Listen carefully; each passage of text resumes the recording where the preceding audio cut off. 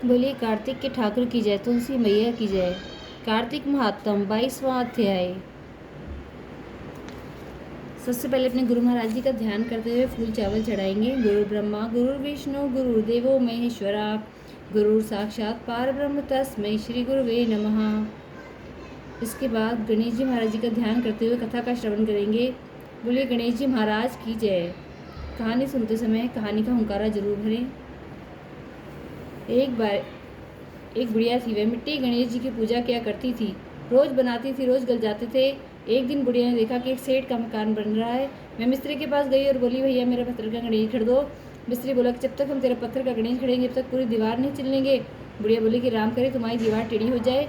ऐसा कह के बुढ़िया चली गई। शाम को सेठ आया तो उसने पूछा कि आज कुछ भी काम नहीं किया। तो मिस्त्री बोला कि एक बुढ़िया आई थी, कह रही थी मेरा पत्थर का गणेश खड़ दो। हमने नहीं खड़ा तो कह गई तुम्हारी दीवार टेढ़ी हो जाए। तब से दीवार टेढ़ी हो जाती है, ढानी पड़ती है।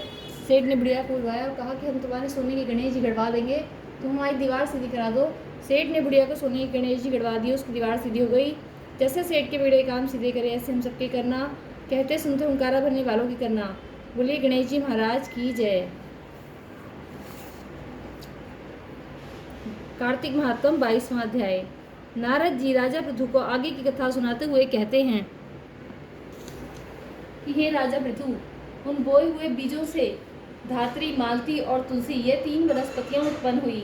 जो ब्रह्मा की स्त्री द्वारा दिए गए बीज से उत्पन्न हुई वह धात्री, जो लक्ष्मी द्वारा दिए गए बीज से उत्पन्न हुई वह मालती, और जो गौरी द्वारा दिए गए बीज से उत्पन्न हुई वह तुलसी कही गई। ये तीनों क्रमशः रजोगुण, सतोगुण, तमोगुण रूप हुई। जब ये वनस्पतियां उत्पन्न हुई तो इन्हें स्त्री के रूप में देखकर वृंदा की ओर अत्यंत आसक्त विष्णु शीघ्र ही उठकर बैठ गए। काम से पीड़ित विष्णु ने उन्हें प्रेम से देखा। तुलसी और धात्री ने भी विष्णु को प्रेम से देखा। जो बीज लक्ष्मी द्वारा ईर्ष्या से दिया गया था उस बीज से उत्पन्न हुई स्त्री विष्णु से ईर्ष्या करने वाली हुई।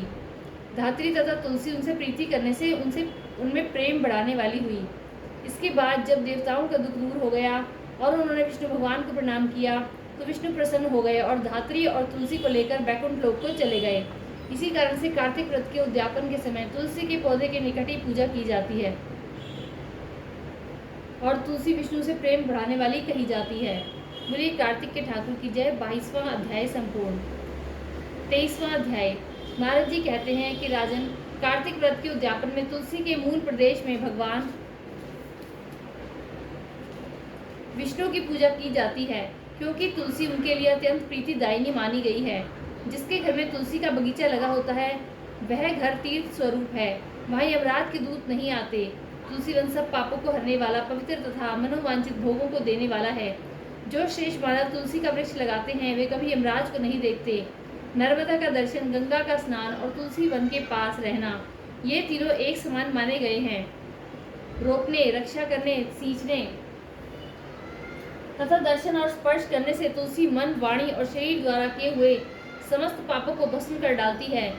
जो तुलसी की मंजरियों से भगवान विष्णु और शिव की पूजा करता है वह कभी घर में नहीं आता तथा निश्चय ही मोक्ष का भागी होता है।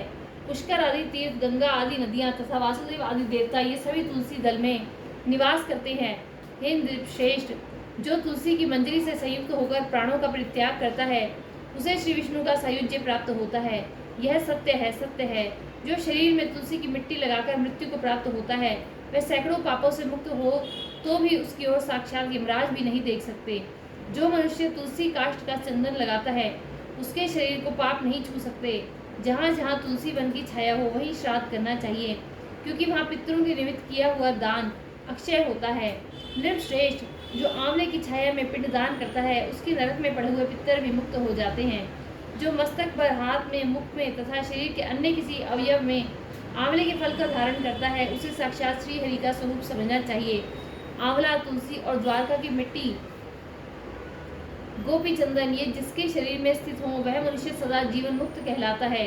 जो मनुष्य आंवले के फल और तुलसी दल से मिश्रित जल के द्वारा स्नान करता है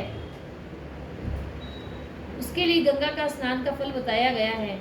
जो आंवले के पत्ते और फलों से देवता की पूजा करता है वह भांति भांति के सुवर्णमय पुष्पों से पूजा करने का फल पाता है। कार्तिक में जब सूर्य तुला राशि पर स्थित होते हैं उस समय समस्त तीर्थ, मुनि, देवता और यज्ञ ये सभी आंवले के वृक्ष का आश्रय लेकर रहते हैं। जो द्वादशी को तुलसी दल और कार्तिक में आंवले का पत्ता तोड़ता है वह अत्यंत निंदित नरकों में पड़ता है। जो कार्तिक में आंवले की छाया में बैठकर भोजन करता है उसका वर्ष भर का अन्न संसर्ग जनित दोष दूर हो जाता है। जो मनुष्य कार्तिक में आंवले की जड़ में भगवान विष्णु की पूजा करता है उसके द्वारा सदा संपूर्ण क्षेत्रों में श्री विष्णु का पूजन संपन्न हो जाता है। कार्तिक महात्म 22वां अध्याय संपूर्ण। बोलिए कार्तिक के ठाकुर की जय, तुलसी मैया की जय।